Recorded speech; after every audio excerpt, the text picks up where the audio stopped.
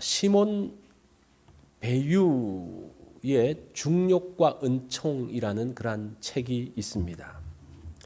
이 시몬 베유는 34세 나이로 그 짧은 생애를 살았지만 정말 불꽃 같은 생애를 살았던 사람입니다.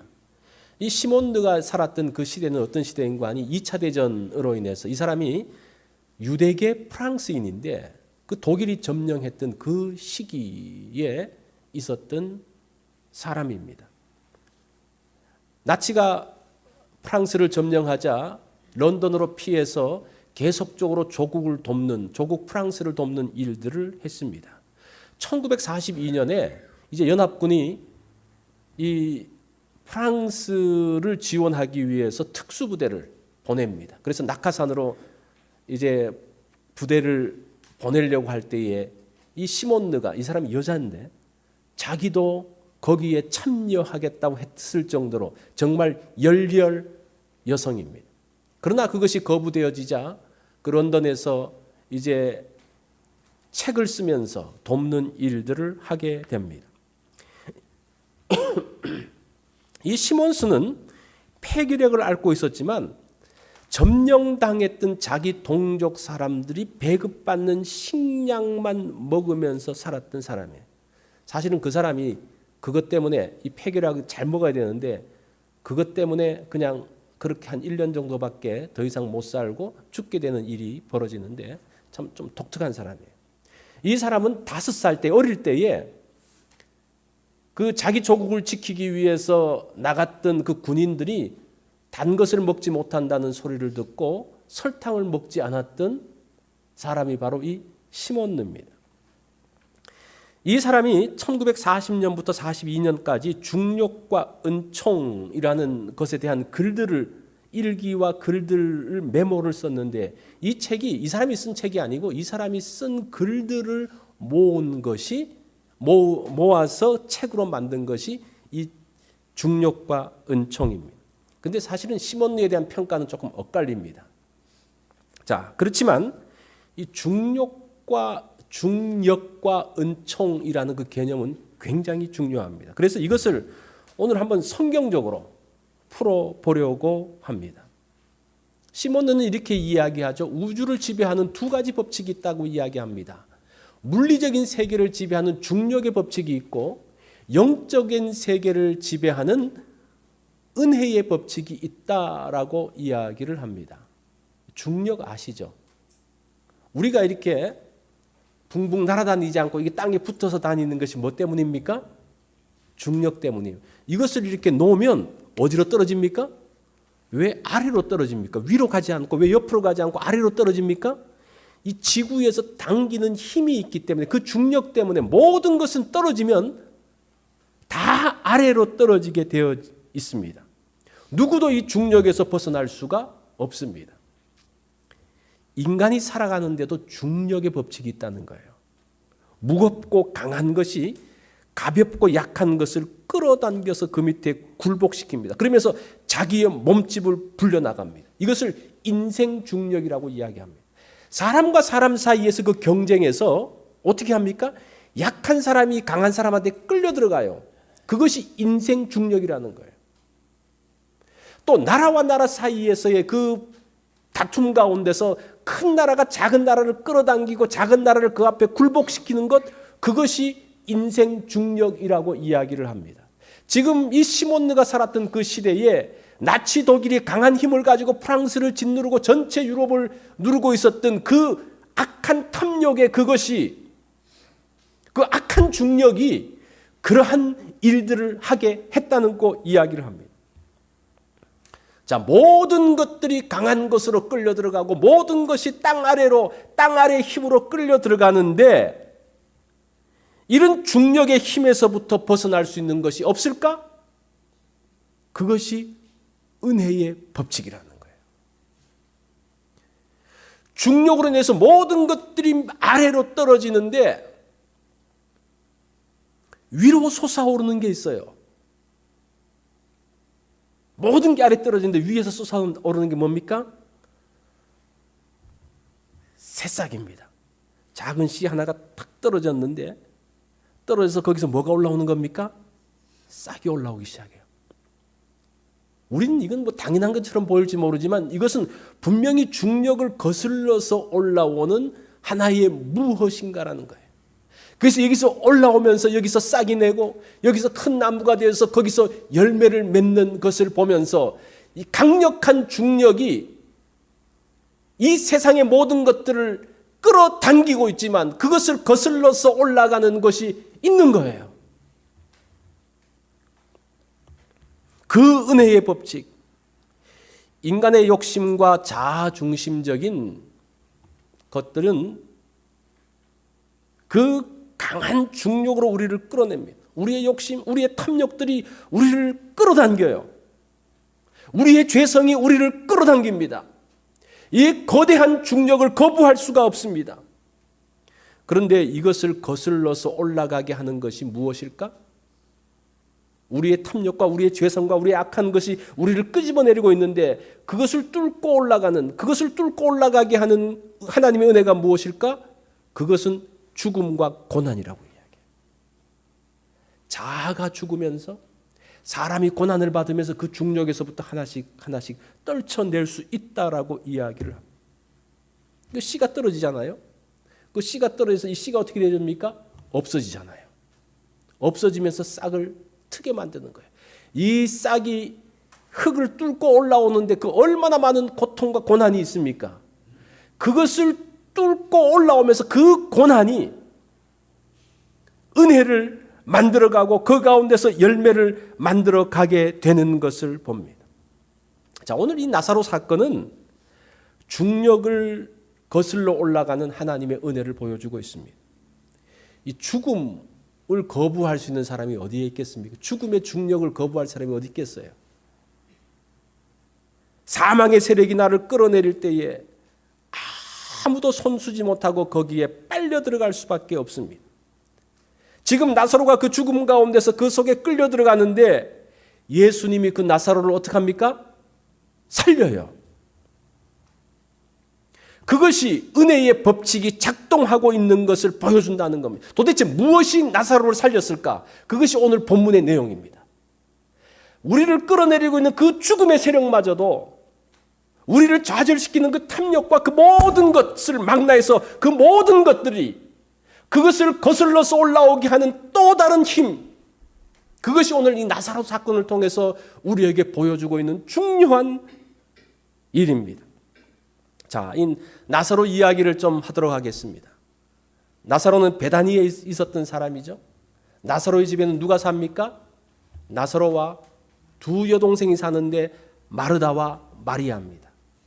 이 남매들은 정말 예수님을 잘 섬겼습니다. 예수님도 그들을 참으로 극진히 사랑했습니다. 그런데 하루는 어떤 일이 벌어집니까? 그 오라비 나사로가 죽게 되는 거예요. 나사로가 죽었다?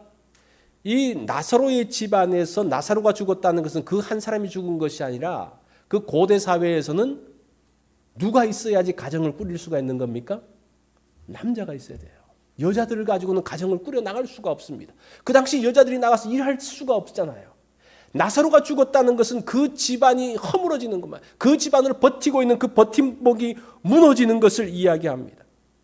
그런데 그처럼 예수님이 사랑했던 그 가정이 무너지고 있는데 그 나사로가 죽는데 예수님은 왜 그 가운데서 그냥 두셨을까? 왜 방치하셨을까? 나사로 가정의 고통과 절망의 그 바닥까지 내려가게 했을까? 그것을 통한 하나님의 의도가 있다는 거예요. 그렇습니까? 나사로의 가정, 그처럼 사랑하는 그 나사로의 가정이 정말 바닥을 칠 때까지 기다리고 계시면서 의도하신 바가 있다면, 자, 우리한테 적용해 보면요, 우리를 좌절하게 하는 것들, 우리를 힘들게 하는 것들, 우리를 끌어내리고 하는 그 고통스러운 그 상황에서도 주님은 어떤 의도를 가지고 그것을 보고 계시고, 때로는 그것이 우리가 좌절하면서 고통당하면서 힘들어하는 그 상황을 보시면서도 그냥 두실 때가 있다는 거예요. 왜 그럴까요? 하나님의 또 다른 의도가 있다는 거예요. 그것을 보는 것이 중요합니다. 이 나사로가 죽으면서 마르다와 마리아의 가정이 절망의 구덩이에 빠지는데 이것은 병이 걸리는 것하고는 차원이 다른 거죠. 죽었다는 것은 끝난 것을 이야기하죠. 그런데 이런 끝난 것 같은 좌절과 고난과 고통의 순간에서 하나님은 새로운 일을 하시는데 그것이 무엇인가 하니 부활과 생명이라는 거예요. 오늘 이 나사로 사건을 통해서 예수 그리스도가 누구라고 말씀합니까? 나는 부활이요 생명이라 그러는데 사람들이 그 모든 것이 죽고 죽으면 끝이고 그로 인해서 그 사람만 끝나는 것이 아니라 그 가정이 허물어질 수밖에 없는 그 상황 가운데서도 다시 그 중력, 죽음의 중력마저도 거슬러서 다시 일어나게 하는 것이 뭐라는 겁니까? 부활이고 생명이라는 거예요. 자, 오늘 이 본문을 통해서 그 말씀을 하고 있습니다. 자, 27절 말씀에 보면요. 예수께서 이르시되 나는 부활이요 생명이니 나를 믿는 자는 죽어도 살겠고 무릇 살아서 나를 믿는 자는 영원히 죽지 아니하리라. 이것을 내가 믿느냐. 예수님은 죽음의 그것마저도 뛰어넘으시는 분. 이것은 사망의 권세를 이긴 분이라는 거예요. 사망의 권세를 이긴.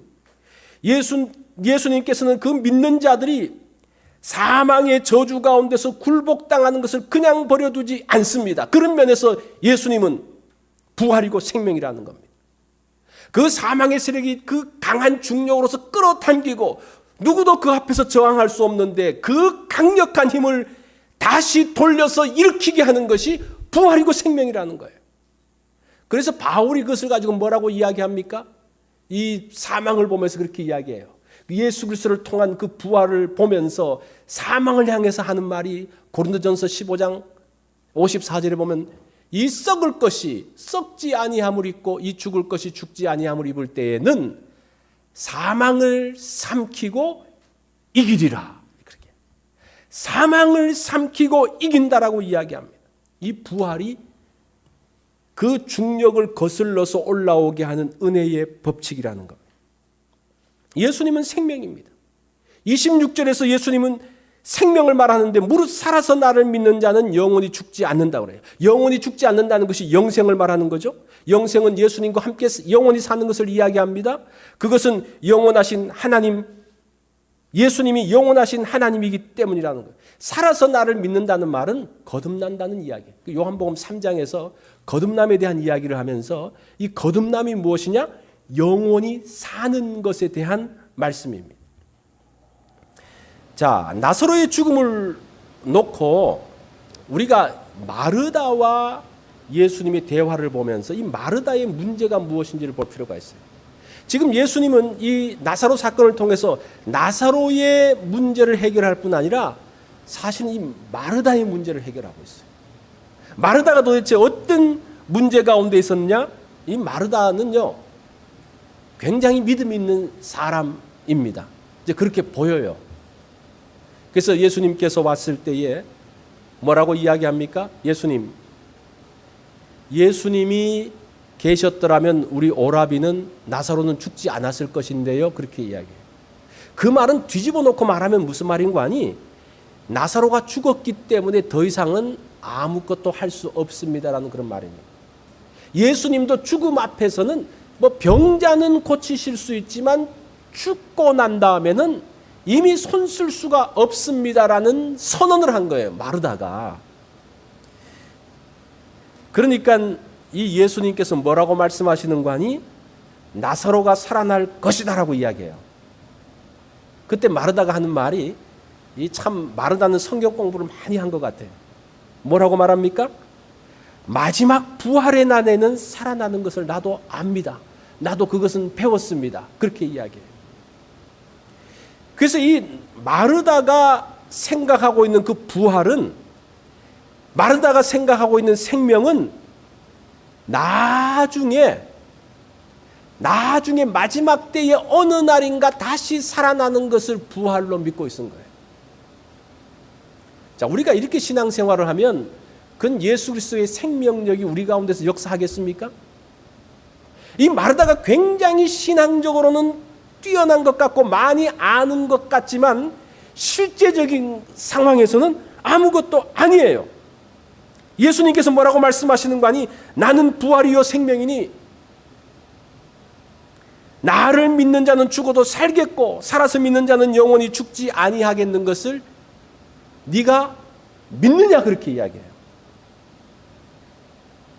그러니까 나는 부활할 것을 압니다라고 이야기하는 마르다에게 예수님이 내가 부활이고 생명인 것을 네가 믿느냐, 그렇게 이야기해요. 아는 거하고 믿는 거는 좀 다른 것 같아요. 안다는 것은 머릿속에 있는 거예요. 우리 생각 속에 있는 거예요. 믿는다는 것은 결단과 의지의 문제입니다. 예수님의 부활 신앙이 지식이 아니라 결단을 요구한다는 거예요. 그래서 신앙은 이론이 아닙니다. 사실은 이론이 아니에요. 뭡니까? 신앙은 실제입니다. 실제입니다. 우리가 성경 지식을 아는 것 중요합니다. 그러나 그것이 이론에 머물러 있는 것이 아니라 그것이 뭐로 나타나야 된다는 겁니까? 실제로 나타내야 된다는 거예요. 우리가 주님께서 말씀하실 때 이런 말씀들을 듣습니다. 이렇게 하라고 말씀하십니다. 신앙은 뭡니까? 그렇게 순종하는 겁니다. 근데 우리가 신앙생활을 할 때 보면 알긴 알아요. 그렇지만 뭐는 안 합니까? 순종은 안 해요. 결단은 안 해요. 그냥 그 가운데 머물러 있어요. 그것이 신앙이 그냥 좋은 거로 생각하고 있어요. 왜냐하면 내가 그 말씀을 알고 있기 때문에. 우리가 아는 거하고 그 믿는 거는 차이가 나는 거 아시죠? 이 약을 먹으면 내가 나아요. 낫는다는 것을 아는 것하고 마시는 것하고는 어떻습니까? 차이가 있어요. 믿음이라는 것은 그것을 이야기하는 겁니다. 그래서 예수님이 마르다와 함께 무덤에 가서 이야기를 하죠. 무덤의 문을 옮겨 놓으라 하고 이야기합니다. 그때 마르다가 뭐라고 이야기합니까? 예수님 이미 죽은 지 4일이나 지났습니다. 이 유대인들은 4일이 지나면 영원히 떠난다고 생각했어요. 이미 끝났습니다라고 이야기를 합니다. 굉장히 당황하죠. 그가 지금 부활을 믿는다라고 말하면서 뭔가 대단하게 말은 했지만 예수님이 실제적으로 그 무덤의 문을 굴리라고 했을 때요, 옮기라고 했을 때는 움직이지 않는 거예요. 그것이 사실은 마르다의 신앙의 모습을 보여주고 있는 거예요. 여기서 예수님께서 나사로가 죽기까지 기다리시면 이틀을 더 유하시잖아요. 왜? 의도가 있다고 그랬죠. 어떤 의도입니까? 나사로를 살리는 것도 있어요. 그렇지만 더 중요한 것 중에 하나가 뭡니까? 이 마르다의 죽은 신앙을 다시 살리고 다시 일으키는 그 의도가 여기에 있는 것을 보게 됩니다.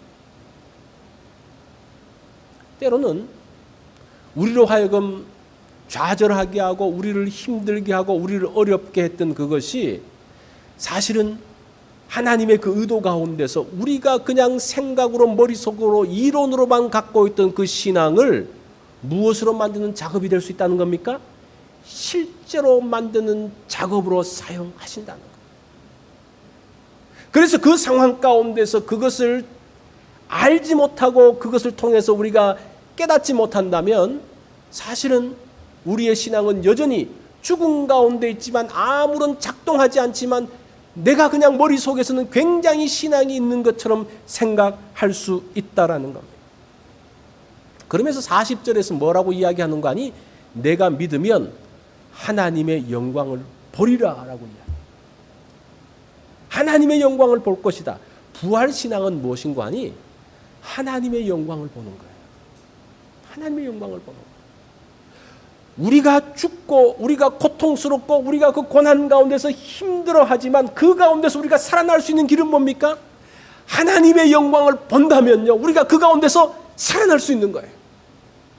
우리가 일어날 수 있는 거예요. 우리를 좌절케 하는, 우리를 끌어내리고 하는 그 모든 중력 가운데서, 그 모든 악한 것 가운데서 그것을 거슬러서 올라오게 하는 것이 뭡니까? 하나님의 영광을 보는 겁니다.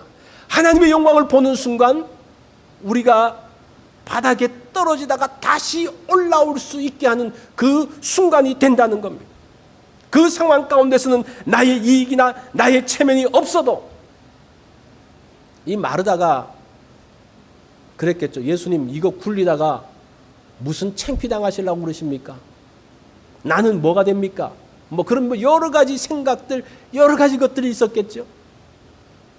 부활신앙이라는 것은 무엇인가 하니 나의 작은 이익, 나의 체면, 나의 영광, 그 모든 것을 다 내려놓고 하나님의 영광을 바라보면요, 이 죽을 것 같은 상황 가운데서도 올라올 수 있다는 것을 보여주는 것이 오늘 이 말씀이에요.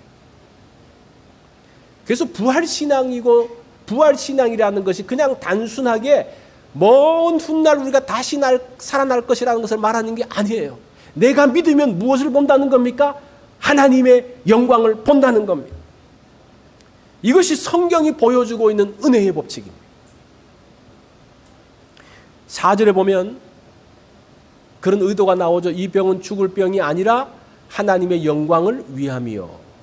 그렇게 이야기합니다. 나사로가 병들었다는 소식을 듣고 그러면서 뭐라고 말하는 거 아니? 이틀이 더 지나고 난 다음에 우리 친구 나사로가 잠들었도다. 그러나 내가 깨우러 가노라. 이렇게 말씀하세요. 이제 그 예수님의 의도하심은 뭡니까? 하나님의 영광을 위함. 나사로가 살아나고 다시 마르다가 살아나고 그 집안이 살아날 수 있는 것이 뭐라는 겁니까? 하나님의 영광이 드러나면 그들이 살아날 수 있다는 거예요. 하나님께 내 문제를 가지고 하나님께 영광을 초점을 맞춰보라는 겁니다. 이제 그렇게 말하면 좀 불평하는 사람들이 있을 거예요. 내가 힘들고 어려운데 무슨 하나님께 영광을 돌리냐, 하나님께 영광에 초점을 맞추냐. 그런데 잘 들어보세요. 내가 아픈 것을 주님께서 고쳐주셨어요. 내가 좌절하는 것을 또 해결해 주셨어요. 우리의 아픔과 좌절과 고통과 문제가 매번 있잖아요. 매번 반복되잖아요. 그때마다 주님께서 가서 그게 해결한다고 그게 해결이 되겠습니까? 지나가면 또 문제가 생겨요. 근본적인 해결이 뭡니까? 이 가운데서 내 문제를 보는 것이 아니라, 나를 보는 것이 아니라, 그 문제에 끌려다니는 것이 아니라 그 가운데서 하나님의 영광을 본다면요, 이 문제들을 뛰어넘을 수가 있는 거예요. 아시겠습니까? 하나님의 영광에 초점을 맞추는 것이 그런 의미예요. 내 가운데, 내 연민 가운데, 내 생각 가운데 사로잡혔으면 그 사람은 일평생 힘들고 불안하고 고통스럽게 그냥 살고 잠깐 위로받고 또 힘들고 잠깐 위로받고 힘들고 그런 생애를 살겠습니까? 아니면 이 좌절, 고통, 고난 속에서 어떻게 하나님의 의도하신 하나님께 영광 돌리는 바가 무엇인지를 보면서 살겠습니까? 그러면요, 그 모든 문제가 이 상황 가운데서 어떻게 하나님께 영광을 돌리지? 이 일 가운데서 어떻게 하나님 앞에 영광을 돌리지? 그런 쪽으로 생각이 바뀌어진다면요, 우리가 떨어지는데 어디로 떨어집니까? 위로 떨어지고 있어요. 이게 은혜의 법칙이에요.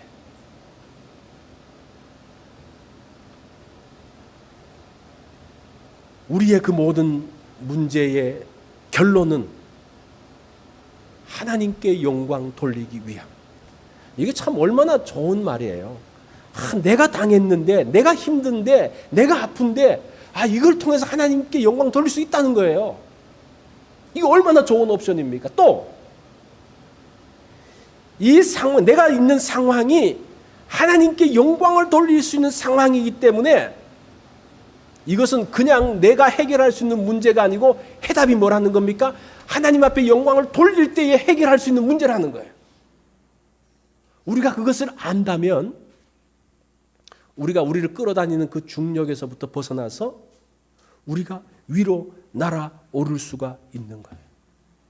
그래서 예수님이 무덤 밖에서 나사로를 부릅니다. 나사로야 나오라, 그렇게 불러요.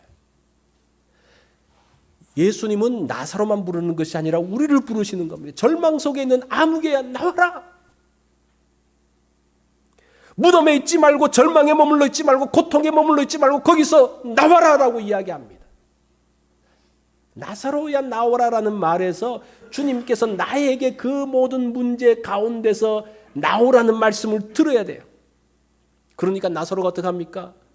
거기서 나오는데 성경을 보면요, 온 수건을 온통 묶어가지고 뭐 어떻게 나온지 모르겠지만 묶인 가운데서 이게 뛰면서 나왔는지 어땠는지 모르겠지만 그 보세요. 얼마나 그 죽음의 중력이 강한지 그 수건으로 묶어가지고 칭칭 묶여있는 것을 붙들고 있는 거예요. 죽음의 중력이 붙들고 있는 거예요. 저는 좀 그렇게 생각이 되더라고요.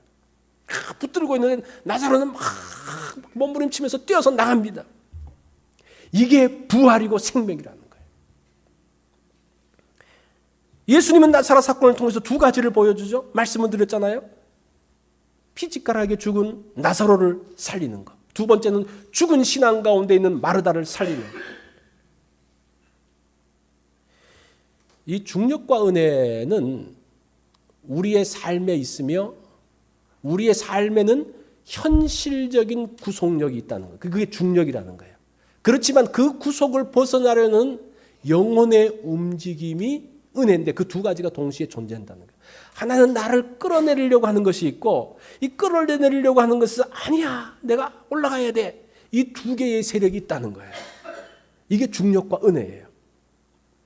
그러면서 이 책에서 어떻게 이야기를 하는 거 아니? 우리가 낮음을 저급함이라 부르는데 저급함이라고 부르는 것은 모든 중력의 현상이다. 일반적으로 저급한 쪽에 힘이 있고 중력은 그 상징이다. 우리를 끌어당기는 것은 저급함인데 그 저급함이 얼마나 강력한지 모른다는 거예요. 저급한 동기는 고귀한 동기보다 많은 에너지를 가지고 있다. 실제로 사람들은 빵 한 개를 얻으려고 새벽 1시부터 밤 8시까지 새벽 1시부터 아침 8시까지 꼼짝 않고 서 있을 수 있지만 한 사람을 격려하고 세우기 위해서는 그렇게 하지 못한다. 어렵게 번 돈을 의미 있게 사용하기보다는 예쁜 쓰레기들을 사서 나르며 저급한 욕망을 충족시킨다.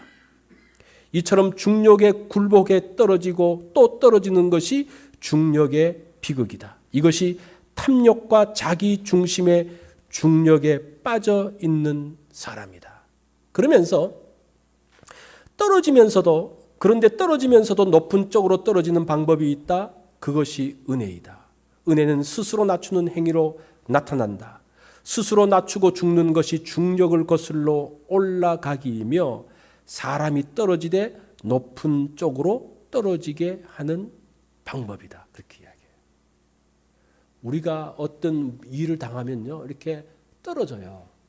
떨어지는데 전에는 그냥 바닥으로 떨어지고 절망의 나락으로 떨어지고 그러면서 좌절했는데 여기서는 떨어지는데 어디로 떨어지게 해야 된다고 말합니까?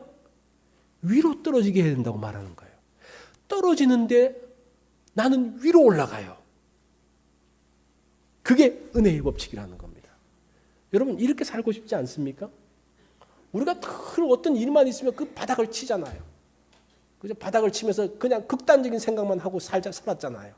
그런데 그게 아니라 이제는 떨어지면서 어떻게 위로 떨어지는 방법.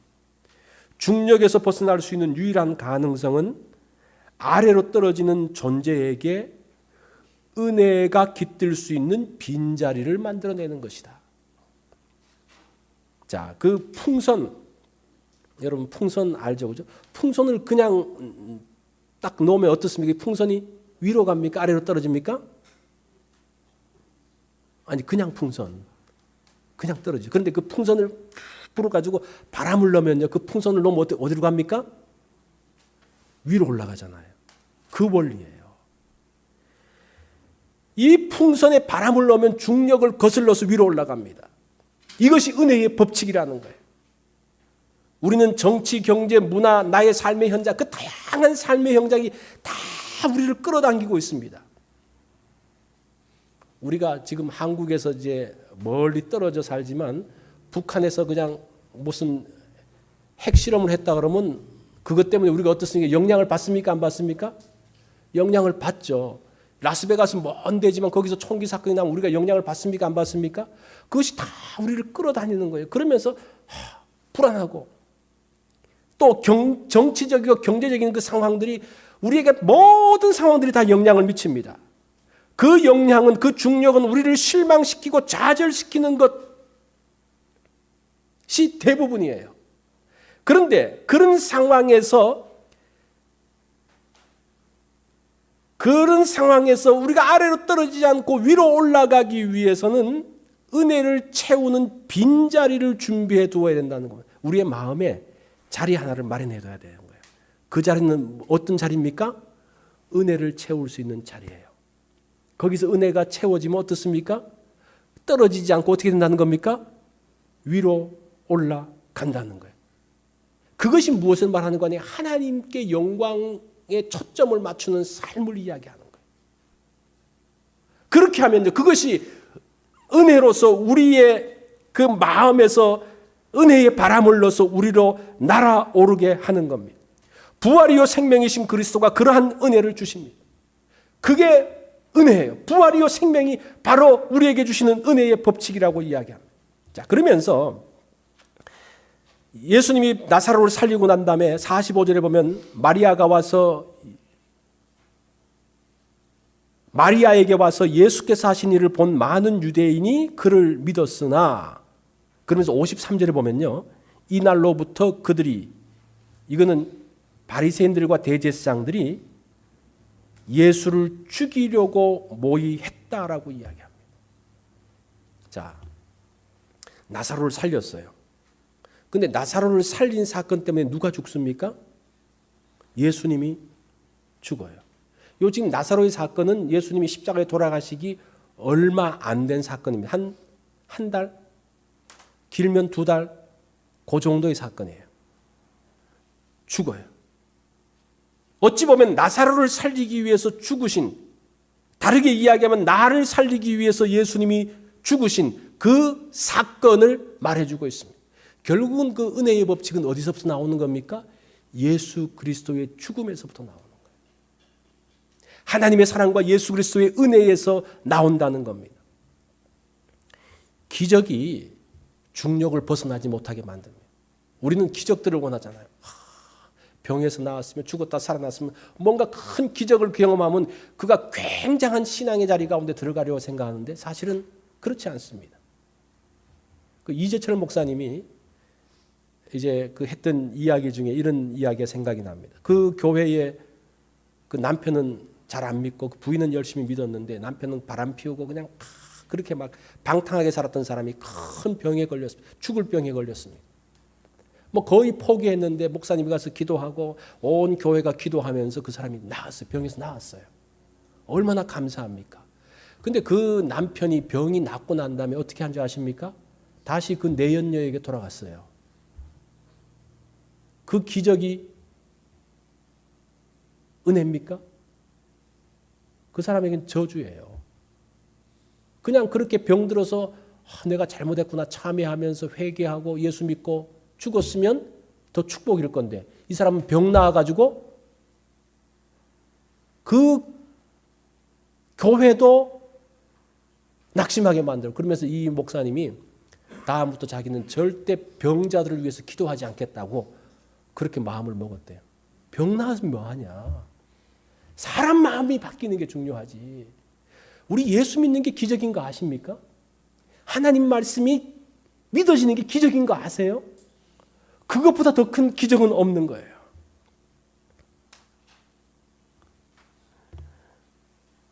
우리를 끊임없이 좌절의 구덩이로 빠뜨리려는 그 중력 앞에서 날아오르는 것, 내 마음에 하나님의 은혜를 담는 겁니다. 하나님께서 역사하실 그 자리를 만드는 겁니다. 하나님의 은혜가 어떤 절망의 상황에서도 우리를 일으킵니다. 우리가 어떤 어렵고 힘든 일이 있으면 떨어지게 돼 있어요. 근데 떨어질 때 어느 쪽으로 떨어지라고 이야기합니까? 어느 쪽으로 떨어져야 됩니까? 어느 쪽으로 떨어지고 싶어요? 바닥으로 떨어져서 내동댕이 치는 것이 아니라 위로 올라가야 됩니다. 그것이 무슨 법칙이라고요? 은혜의 법칙입니다. 하나님의 은혜가 우리 마음 가운데 있을 때에, 우리가 하나님의 영광에 초점을 맞출 때에 우리는 그 좌절의 순간에도 아래로 떨어지는 것이 아니라, 그래서 좌절하는 것이 아니라 위로 올라가는 거예요. 그러면서 거기서 싹을 내는 거예요. 거기서 열매를 맺는 겁니다. 그 은혜의 법칙으로 사는 것이 신앙인이고, 그것이 뭡니까? 내가 부활이요 생명이라는 주님의 말씀입니다. 우리 다 같이 기도하겠습니다.